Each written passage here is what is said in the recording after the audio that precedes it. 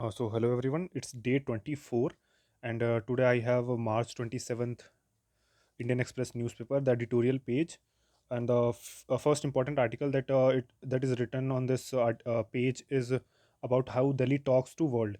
There are other important articles also. There are like the UN this Gaza ceasefire violation and about the misogyny, and one is about Prince who became a diplomat and trays held aloft. But I found it important, this article which is written by C Raja Mohan.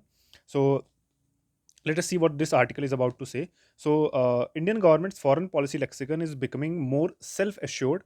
Opposition seems out of step. So, let us see what is this article is about to say. That one of the subtle but significant changes in the conduct of India's foreign policy over the last decade has been the evolution of its diplomatic vocabulary. However, that vocabulary has yet to filter down to the political class.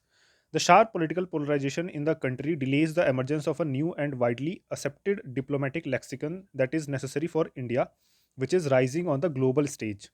Even the limited attention to foreign policy in the election manifestos of political parties, especially in the opposition, will hopefully reduce some of the gap between India's rise internationally and the nature of discourse at home on Delhi's new global role.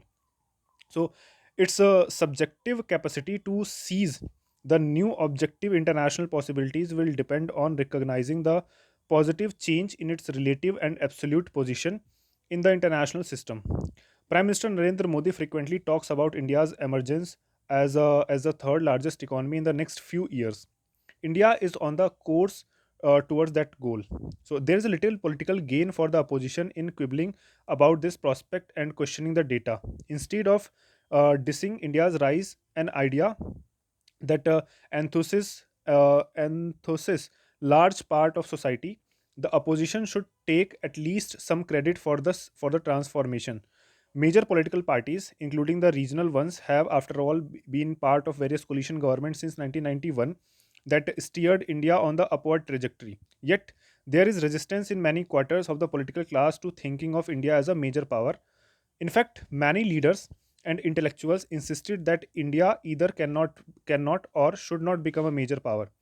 However, given the uneven pace at which different countries progress and the size of their populations, India's weight in the international system continue to grow.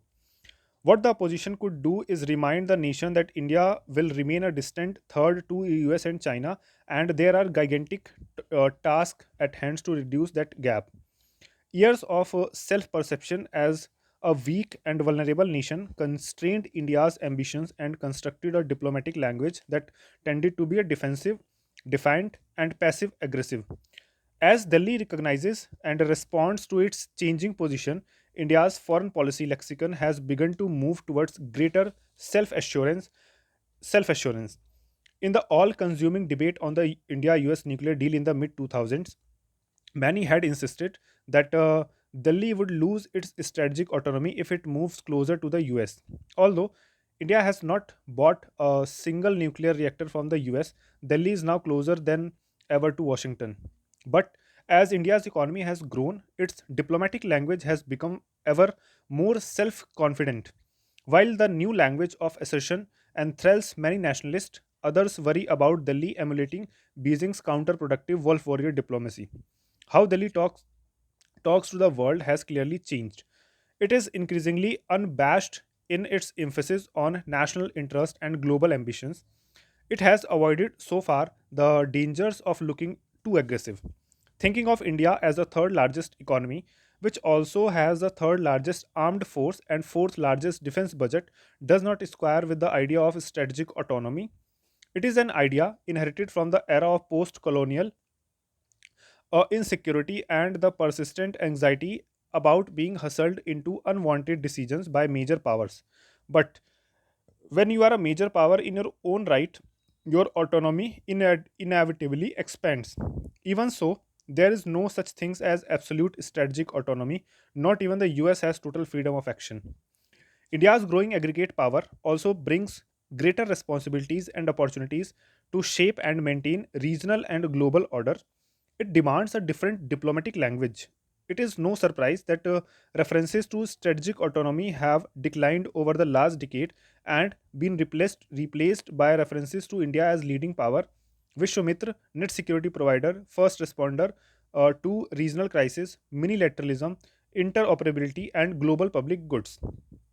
Yet, there is much distance to go. The big question today for the Indian political class is no longer about preserving autonomy, but contributing effectively to securing the region and governing the world. Historically, great powers have shaped the nature of war and peace and international institutions to limit the former and promote the latter. Greater powers also set the rules for international commerce, manage global commons, regulate new technologies, and manage their consequences. An even more important opportunity comes from a higher position in the international hierarchy. It is about leveraging India's growing weight internationally for greater security and prosperity for its citizens. Strategic autonomy was never about setting goals. It was about abstract claims on retaining freedom of action. Once you are a power of reasonable size and assured autonomy, you must set concrete goals and objectives. For too long, the pursuit of strategic autonomy seemed to become an end in itself that prevented Indian political class from articulating specific external goals. Successive governments in the 21st century have talked about developing and publishing a national security strategy. Yet, the tradition of avoiding a defensive analysis of the international situation and identifying India's goals and policies has prevailed. To its credit, the Modi government has set one important goal, making India a developed nation by 2047. Rather than carping at this exuberance, the opposition must press for a debate on the best pathways to that goal. After all, India's per capita income today is less than $3,000. Quadrupling to $12,000 by 2014 is both inspiring and intimidating. That also brings us to the real paradox of India's power. Although the aggregate size of its economy give India some critical attributes of a major power, its low per capita income underlines the massive developmental challenge at the home. Becoming a developed country in the next 25 years raises question about economic strategy, industrial policy, new technologies, inequality, environmental degradation, and a changing global order. Much of the political burden for this debate falls on the Congress and hence the significant interest in its election manifesto. There was a time when the foreign policy resolution of annual AICC sessions set the terms for domestic discourse on foreign policy. As India's domestic and external imperatives become more intertwined, the Congress must rise to the occasion. So that was about the Delhi's India's changing foreign policy. There is another important article on the explained page that I found. It was about the ICCC, the Farm Data Dashboard for Customized Solutions. So let us see what this article is about to say. Earlier this month, Agriculture Minister Arjun Munda inaugurated. So first of all, Agriculture Minister is Arjun Munda. Many doesn't know because this is not an that much important portfolio like Home Ministry, Finance Ministry, or Defense Ministry. So this is important thing to note down. Agriculture Minister is Arjun Munda. He has inaugurated a Krishi Integrated Command and Control Center, which is known as ICCC, set up at Krishi Bhavan in New Delhi, a big screen dashboard of all digital innovations in the sector. Officials described the IECC as a significant leap forward in leveraging technology for the advancement of agriculture practices. What is Krishi IEEE? IEEE is a tech based solution involving multiple IT applications and platforms, which is designed to help in making informed decisions. The center is housed in the Ministry of Agriculture and Farmers Welfare, which is responsible for legislation, policy formation, and implementation of initiative in the agriculture sector.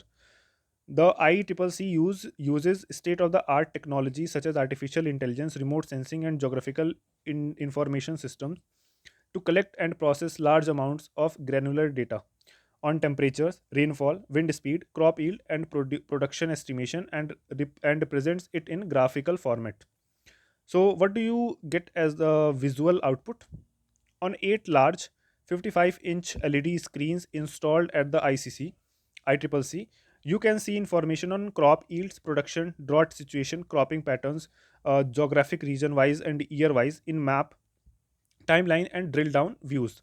You can also see the release relevant trends, periodic and non-periodic outliers, and key performance indicators, and receive insights, alerts, and feedback on agricultural scheme, programs, projects, and initiatives. The ICCC uses platforms including the Decision Support System to collect micro level data, process it, and present the macro picture. The ICCC has a contact center and a desk facility with the operator's handset capable of being converted into a call center. If needed, farmer beneficiaries can interact directly with officials or the minister through video conferencing facilities. So, what is the objective of ICCC? The ICCC will enable comprehensive monitoring of the farm sector by making available at one place geospatial spatial information received from multiple sources, including remote sensing, plot level data received through soil survey, weather data from the India Meteorological Department (IMD), sowing data from the Digital Crop Survey, farmer and farm related data from Krishi Mapper, an application for geofencing and geotagging of land, market intelligence information from the Unified Portal for Agriculture Statistics, and yield estimation data from the General Crop Estimation Survey. So let us see what are the practical applications. So farmers advisory, first of all, is the ICCC allows visualization of GIS based soil carbon mapping as well as soil health card data for a particular district together at one place. This, when visualized with weather related data from IMD for the selected district, will allow a customized and authentic advisory to be sent to the farmer about the type of crops that can be grown and water and fertilizer requirements an official said. So drought actions, officials said increase or decrease in yield from a specific region as per the GCES data can be correlated, and weather rainfall from and other information visualized through the drought portal, enabling the administration to understand the region for increase decrease in yield and to take decisions proactively. So this was about that ICCC. And there's another important article about the footing the climate action bill. So this was about the COP29 that will happen in Baku, and this is saying that in 2009 developed countries had committed to raising $100 billion annually, and this was also reiterated in the Paris climate action deal, but nothing has came into the concrete picture. And there is one important article about the ASI will delist the lost monument, so that we have already seen yesterday. So that's all from today's newspaper, and we'll meet for tomorrow's newspaper very soon. Till then,